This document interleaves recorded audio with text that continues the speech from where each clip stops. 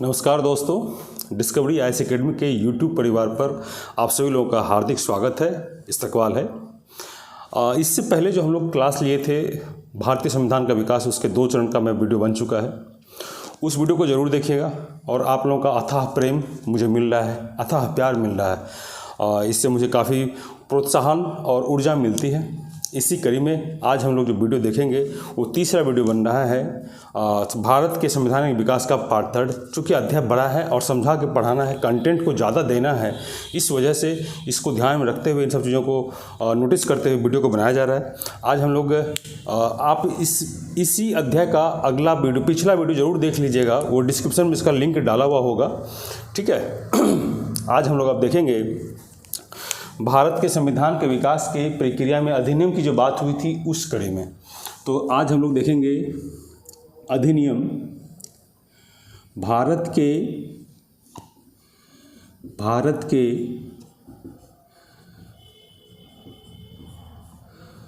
संविधान के विकास की प्रक्रिया में जो हम लोगों ने पढ़ा था अधिनियम के बारे में। और अधिनियम को हम लोगों ने 2 पार्ट में बांटा था।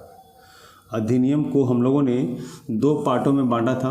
तो एक पार्ट तो हम लोग पढ़ चुके थे, ये वाला पोर्शन पढ़ चुके थे, जिसमें हम लोग 1773 से 1853 तक पढ़ लिए थे। अब हम लोग पढ़ेंगे इस वाले पर। ये कंपनी का शासन अधिनियम था। यहाँ पर हम लोग आज जो टॉपिक पढ़ेंगे वो है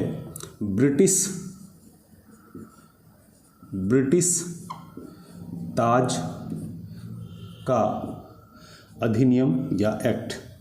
और यहाँ पर हम लोग पढ़ेंगे 1858 के अधिनियम से 1947 का अधिनियम तक, ठीक है। मेरे ख्याल से आप लोग को समझ में आ रहा होगा। जो लास्ट क्लास में पार्ट 2 बनाया था उसी के जस्ट बात शुरू कर रहा हूँ। तो आज हम लोग सबसे पहले इस कड़ी में देखेंगे 1858 का अधिनियम। तो आप लोग अपनी कॉपी में हेडिंग डालेंगे, लिखते चलेंगे तो बहुत ज़्यादा लाभ होगा, ठीक है। तो अब हम लोग जो हेडिंग डालेंगे उसमें सबसे पहले हेडिंग डालेंगे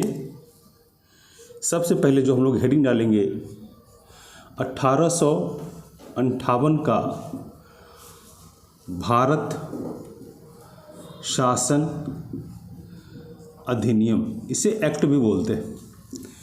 इसकी प्रमुख बातें क्या थी और हम लोगों ने भारत के संविधान के विकास की प्रक्रिया के दौरान क्या क्या काम हुआ, वो सभी बातों और तत्वों को देखना है।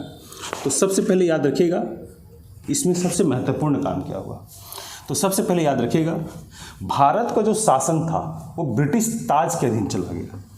तो आप नोटिस करेंगे, नोट कर सकते हैं, मैं पूरा नहीं लिखूंगा। भारत का क्या कर दीजिएगा, भारत का शासन किसके अधीन चला गया? ये चला गया ब्रिटिश ताज। ये ब्रिटिश ताज के अधीन चला गया। अब मैं आपको इसका अर्थ समझाता हूँ। ताज अर्थात आप यह कह सकते हैं कि वहाँ के शासक, राजा या महारानी, ये चला गया। तो ये जो हुआ ब्रिटिश के अधीन चला गया, तो इसको कोई एक ऐसा व्यक्ति चाहिए जो प्रत्यक्ष प्रतिनिधि हो इसका। तो इसके लिए आपको मैं पहले पूर्व की क्लास में बताया हूँ। पहले बंगाल में एक पद हुआ करता था, उसका नाम था गवर्नर। मैं फिर आपको बताया था कि ये बंगाल का गवर्नर जो था 1773 के अधिनियम के बाद ये नाम बदलकर क्या हो गया, गवर्नर जनरल हो गया। ये पढ़ाया था कौन बना, पहला पद का पहला व्यक्ति कौन बना। फिर मैं बताया कि इसके बाद फिर ये बदलकर ये बंगाल तक ही सीमित रहा और बंगाल के बाहर सिर्फ बम्बई और मद्रास की प्रेसिडेंसी का अधीक्षण का अधिकार मिला था। लेकिन फिर बाद में गवर्नर जनरल की शक्ति में वृद्धि कर दी गई और इसे संपूर्ण भारत का बना दिया गया। इसे संपूर्ण भारत का गवर्नर जनरल बना दिया गया। अब जो मैं यहाँ पे बोलने वाला हूँ वो यहाँ से लिंक है। मैं उस दिन क्लास में बताया था। अब ये वायसराय बनेगा और इस पद पर कौन जाएगा वो भी पढ़ेंगे हम लोग। ठीक, तो भारत का शासन ब्रिटिश ताज के अधीन चला गया, तो इसको एक ऐसा व्यक्ति चाहिए था जो इसका प्रत्यक्ष प्रतिनिधि हो। इसी कड़ी में गवर्नर जनरल, दूसरा काम जो होता है, गवर्नर जनरल को क्या बना दिया गया, तो याद रखिएगा इसे वायसराय बनाया गया। और प्रथम व्यक्ति कौन थे, मैं शॉर्ट में लिख रहा हूँ, आप लोग इसको लिखकर नोटिस कर लीजिएगा। गवर्नर को क्या बना दिया गया, वायसराय, कहाँ का, संपूर्ण भारत का बना दिया गया। ठीक है, और ये वायसराय के पद पर कौन व्यक्ति गया, तो याद रखिएगा इस पद पर जाने वाला प्रथम व्यक्ति जो था लॉर्ड कैनिंग थे। कौन थे, लॉर्ड कैनिंग थे। ये क्वेश्चन बहुत बार पूछा गया है, और ये मैं बार बार रिकैप इसलिए दे रहा हूँ ताकि आपका ये कॉन्सेप्ट बिल्कुल क्लियर हो जाए। तो लॉर्ड कैनिंग इस पद पर प्रथम बार पहुँचे। तो वायसराय का काम क्या था, तो अब मैं जो अभी यहाँ बोल रहा था कि वायसराय का काम क्या हुआ, तो याद रखिएगा भारत में, आप लिख सकते हैं, मैं बोल देता हूँ, भारत में ब्रिटिश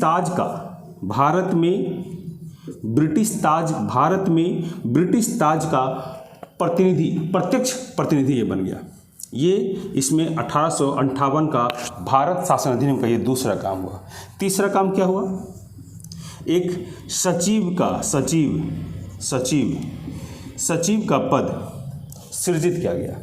सचिव का पद सृजित किया गया और इसे इतना शक्तिशाली बनाया गया, आप समझिएगा, ये सचिव का पद जो है इसे क्या शक्ति दिया गया, समस्त भारत के प्रशासनिक नियंत्रण का अधिकार इसे दिया गया।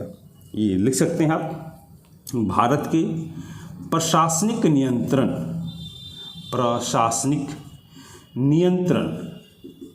का अधिकार इसे दिया गया। और इसकी सहायता के लिए एक परिषद का गठन किया गया। इसकी सहायता के लिए एक परिषद का गठन हुआ और वो परिषद 15 सदस्यीय था। 15 सदस्यीय परिषद का गठन किया गया। दोस्तों, 1858 का भारत शासन अधिनियम जो था, इसमें ये बहुत महत्वपूर्ण बातें हैं। इसमें ये वाला पोर्शन से प्रश्न आया हुआ है कि वायसराय का पद किस अधिनियम से सृजित हुआ था, प्रथम वायसराय बनने वाले व्यक्ति कौन है, ये क्रम लगाने के लिए पूछा हुआ है कि कौन कब किस पद पर रहे हैं। ठीक है, इस कड़ी में हम लोग ये समाप्त होता है। अब हम लोग 1858 से आगे बढ़ते हैं। चलिए देखते हैं, इसे मैं साफ करता हूँ, देखिएगा, इसे हम लोग साफ कर लेते हैं। और इस कड़ी में अब हम लोग देखेंगे 1858 में 2 वर्ष जोड़ दीजिए, 1861 का अधिनियम, आप लोग हेडिंग डालिएगा 1861 का अधिनियम। इसी कड़ी में हम लोग देखेंगे 1861 का अधिनियम। तो इसमें आप बोल सकते हैं भारत शासन अधिनियम को इंग्लिश में एक्ट बोलते हैं 1861। ये भी बहुत इम्पोर्टेंट है और यहाँ से एक प्रश्न यूपीएससी भी पूछा हुआ है, पीसीएस भी पूछा हुआ है, अभी मैं बताऊंगा, एंड पीसीएस भी यहाँ से प्रश्न पूछा हुआ है। अभी देखिएगा इसमें काम क्या हुआ। तो सबसे पहले याद रखिएगा, इस अधिनियम में जो सबसे पहला कार्य हुआ था, कानून बनता था ब्रिटिश भारत में। तो ब्रिटिश भारत में जो कानून बन रहा था उसमें पहली बार भारतीय प्रतिनिधि को शामिल किया गया। कानून बनाने में, मैं शॉर्ट में लिखूंगा, कानून बनाने में किसको शामिल किया गया, भारत के प्रतिनिधि को पहली बार शामिल किया गया। भारतीय प्रतिनिधि को शामिल किया गया, पहली बात। दूसरा काम क्या हुआ इसके अधीन, ये भी बहुत इंपॉर्टेंट है, ये प्रश्न पूछ सकता है। अभी थोड़ी देर पहले हम लोग बम्बई और मद्रास प्रेसिडेंसी की बात किए थे, देखिएगा। तो बम्बई और मद्रास प्रेसिडेंसी जो था, इसे शक्ति दी गई।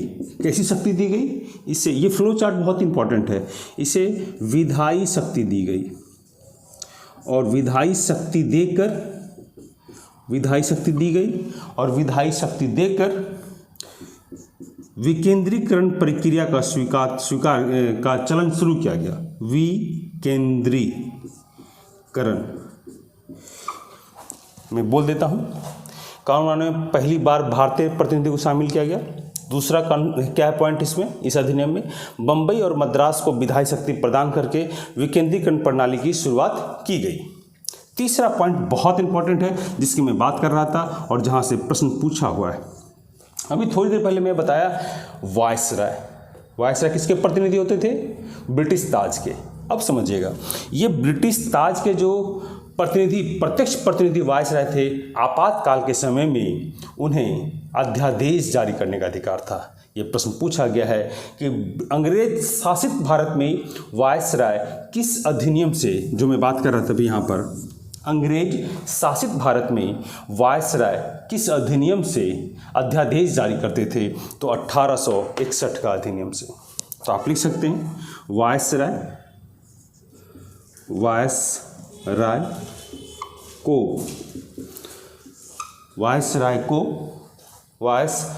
को विपत्ति के समय में, आपातकाल के समय में अध्यादेश जारी करने का अधिकार, अध्यादेश जारी करने का अधिकार मिला था। तो आपके मन में एक प्रश्न उठ रहा होगा, ये कितने दिन तक वैलिड रहता हो? तो याद रखिएगा, ये जो है 6 माह तक वैलिड होता था। कोई डाउट? इस अधिनियम में 3 महत्वपूर्ण बातें हैं। पहला मैं रिकैप कर देता हूँ।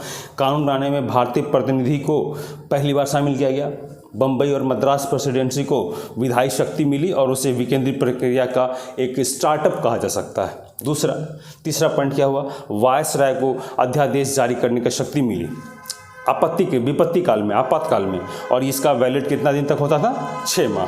कोई डाउट किसी को? यहाँ से हम लोग आगे बढ़ेंगे। इसको आप नोट करना चाहते हैं, नोट कीजिए। मैं इस साइड तब तक लिखता हूँ, इस साइड में तब तक लिखता हूँ, देखिएगा। ये आप लोग लिख लीजिए। मैं 2 मिनट का समय, 2 सेकंड का समय दे रहा हूँ। मेरे ख्याल से लिख लिए होंगे। चलिए देखते हैं। अब हम लोग जो पढ़ेंगे, जिस अधिनियम के बारे में पढ़ेंगे, वो अधिनियम है 1861 नहीं पढ़ेंगे। अब हम लोग पढ़ेंगे 1892 का भारत परिषद अधिनियम। तो यहाँ शासन को हटा देंगे और यहाँ पर हम लोग लिख देंगे परिषद। यहाँ हम लोग लिखेंगे परिषद। भारत परिषद अधिनियम कब का?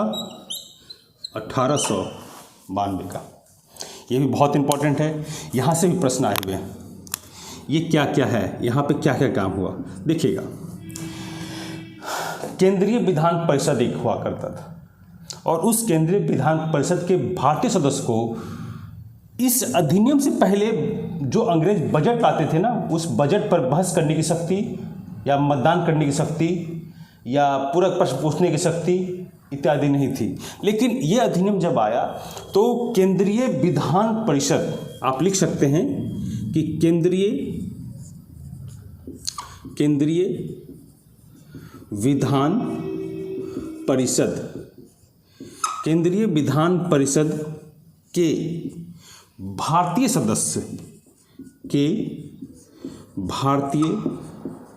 सदस्यों को क्या चीज़ का अधिकार मिला? तो याद रखिएगा, बजट पर बहस करने की शक्ति मिली। केंद्रीय विधान परिषद के भारतीय सदस्यों को बजट पर बहस करने की शक्ति मिली।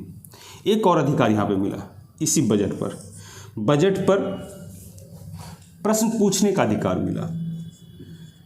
प्रश्न पूछने का अधिकार मिला। देखिए क्या है कि आप पुस्तकों में, गाइडों में या अन्य जगह पढ़े होंगे कि प्रश्न पूछने का अधिकार नहीं मिला। तो मैं आपकी जानकारी के लिए स्पष्ट कर दूं, प्रश्न पूछने का अधिकार मिला। कौन सा प्रश्न पूछने का अधिकार नहीं मिला, ये ध्यान रखिएगा। पूरक प्रश्न पूछने का अधिकार नहीं मिला। पूरक प्रश्न पूछने का अधिकार नहीं मिला, याद रखिएगा। एक चीज़ का और अधिकार नहीं मिला था, बजट पर मतदान करने का। बजट पर मतदान करने का अधिकार नहीं मिला था। ये चीज़ थी। भारतीय परिषद अधिनियम 1892 में बजट पर बहस करने की शक्ति पहली बार केंद्रीय विधान परिषद के भारतीय सदस्यों को मिली थी। उसे प्रश्न पूछने का अधिकार मिला था, लेकिन उन्हें दो अधिकार नहीं मिला, पूरक प्रश्न पूछने का अधिकार नहीं मिला और मतदान करने का अधिकार नहीं मिला। इसके बाद अब हम लोग जो नया अधिनियम देखेंगे वह अधिनियम का नाम है 1892 कंप्लीट हो गया। अब हम लोग देखेंगे 1909 का अधिनियम देखेंगे हम लोग। अब हम लोग जो देखेंगे जिस अधिनियम को, और मैं आप लोग स्पेशली बताऊं, हम लोग 1909 करेंगे आज ही, हम लोग 1919 भी करेंगे आज ही, लेकिन 1935 के अधिनियम पर एक स्पेशल वीडियो बनाऊंगा ताकि एक भी प्रश्न न छूटे। फिर एक उसके बाद मैं 35 के बाद 46 पे नहीं जाऊंगा, उसके बाद मैं एक बेबेल योजना पे बनाऊंगा। बेबेल योजना के बाद मैं कैबिनेट मिशन पे बनाऊंगा, क्रिप्स मिशन पे बनाऊंगा, उसके बाद में बनाऊंगा आपको कैबिनेट मिशन पर, ठीक है ना। तो ये ध्यान रखिएगा इस चीज़ को। अब हम लोग देखेंगे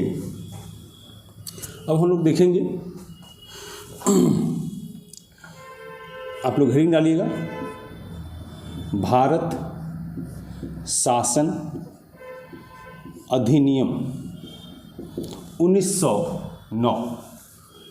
हम लोग देखेंगे भारत शासन अधिनियम 1909, ठीक है, यह है। अब हम लोग यहाँ से आगे बढ़ेंगे कि इसका एक और अन्य नाम है क्या, तो हाँ है, याद रखिएगा। इसे हम लोग मार्ले मिंटो सुधार भी बोलते हैं। इसे हम लोग, आप लिख सकते हैं, इसे हम लोग मार्ले मिंटो सुधार भी बोलते हैं।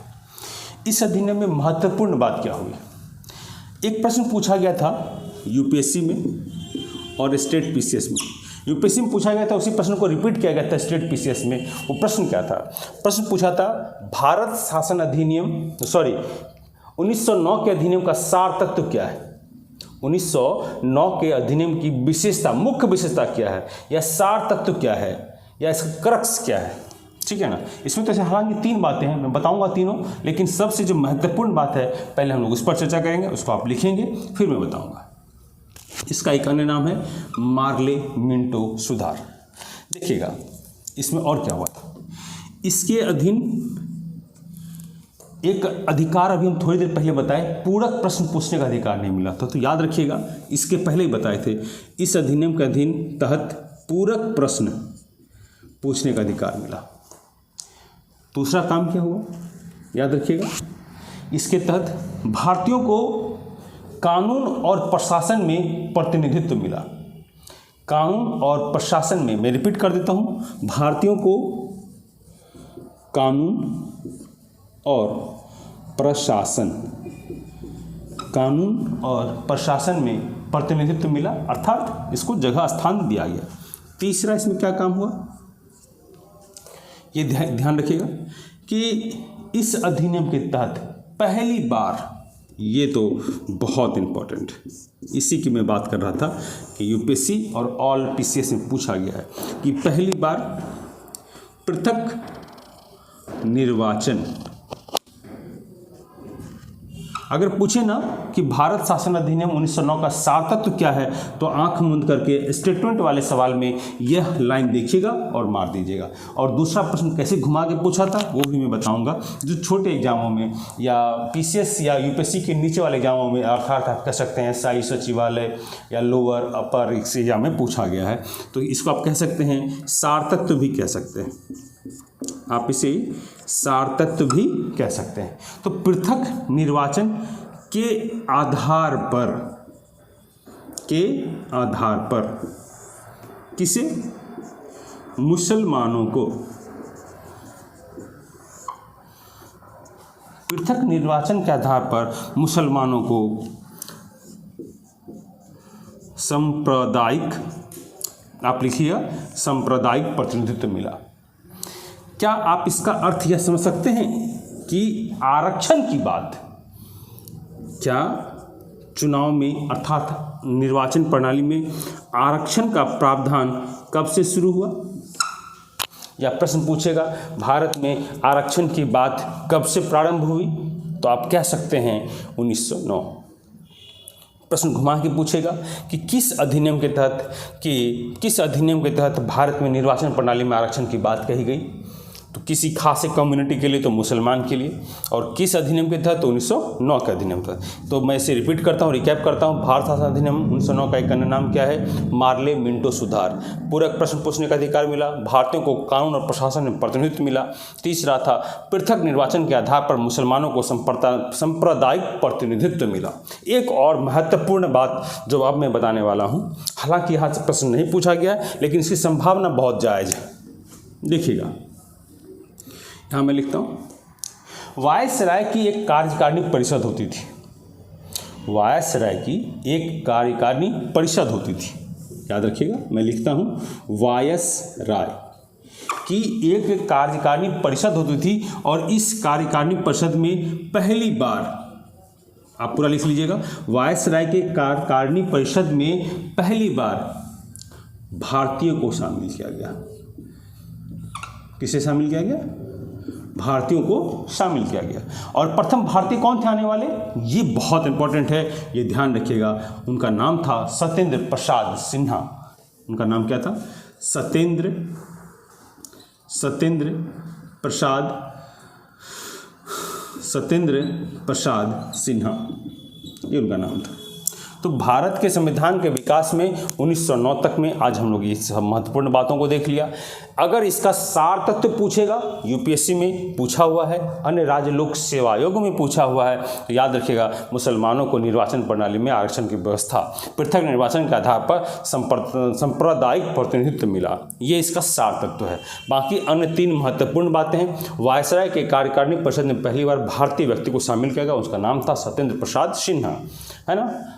पूरा प्रश्न पूछने का अधिकार मिला, भारतीयों को कानून और प्रशासन में प्रतिनिधित्व मिला, ये इसके महत्वपूर्ण बिंदु हैं। इसे आप राइट डाउन कर लिए होंगे, इसे हम लोग हटाते हैं और अब आगे देखेंगे भारत शासन अधिनियम 1919। अब हम लोग यहाँ से देखेंगे भारत शासन अधिनियम 1919। अब हम लोग यहाँ से देखेंगे भारत शासन अधिनियम 1919। हेडिंग डालिएगा आप लोग, भारत शासन अधिनियम, एक्ट में लिख देता हूँ 1919। 1909 देख लिए, 1919 देखेंगे। सबसे पहले यह ध्यान रखिएगा, इसका एक अन्य नाम क्या था, इसे मॉन्टेग्यू चेम्सफोर्ड सुधार भी कहते हैं। इसे हम लोग क्या कहते हैं? इसे हम लोग मॉन्टेग्यू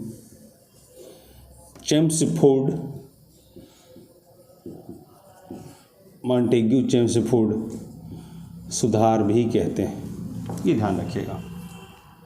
इस अधिनियम की महत्वपूर्ण विशेषता क्या थी, महत्वपूर्ण बातें क्या थी?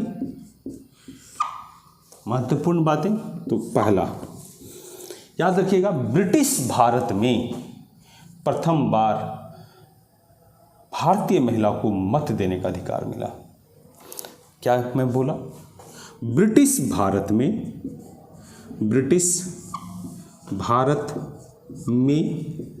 भारतीय महिला, मैं सिर्फ महिला लिख देता हूँ, ब्रिटिश भारत में महिला को प्रथम बार मत देने का अधिकार, वोट मिला, ये याद रखिएगा।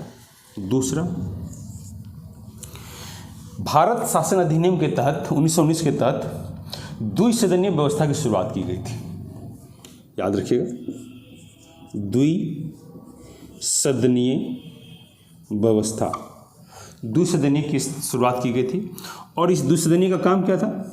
इसका कार्य था संपूर्ण ब्रिटिश भारत में कानून बनाने का अधिकार, संपूर्ण ब्रिटिश भारत में कानून बनाने का अधिकार। ठीक है, समझ में आ रहा है? तीसरा,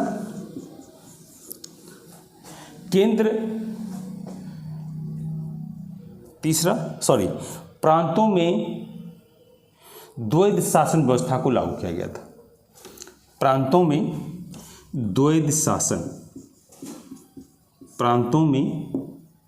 द्वैध शासन को लागू किया गया था। ये ध्यान रखिएगा। हालांकि ये 1935 के अधिनियम से ये हटेगा, 1935 के अधिनियम से ये हटेगा।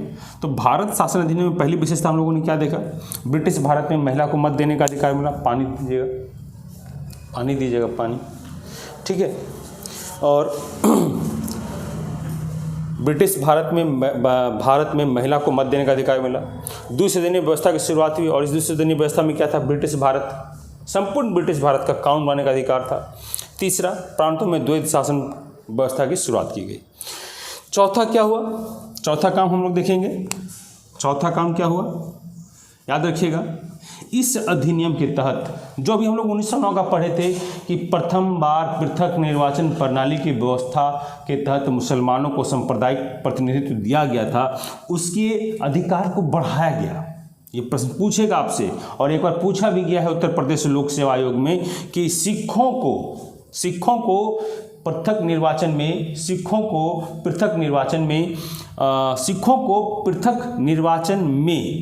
के आधार पर कब उन्हें निर्वाचन प्रणाली में स्थान मिला या सांप्रदायिक प्रतिनिधित्व मिला। तो याद रखिएगा 1919 का अधिनियम।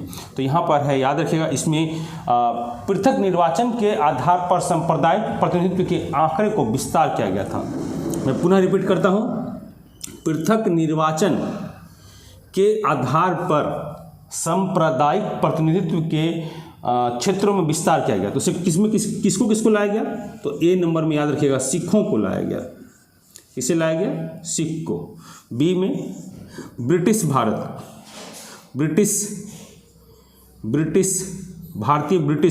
आप यहाँ लिख सकते हैं, भारतीय ईसाई लिख दीजिएगा, भारतीय ईसाई को। और तीसरा, यूरोपीय को इसके दायरे में लाया गया था।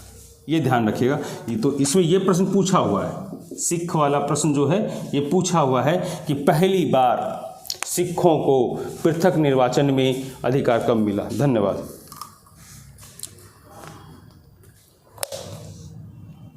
आप लोग ये ध्यान रखिएगा, सिख, भारतीय ईसाई, यूरोपीय।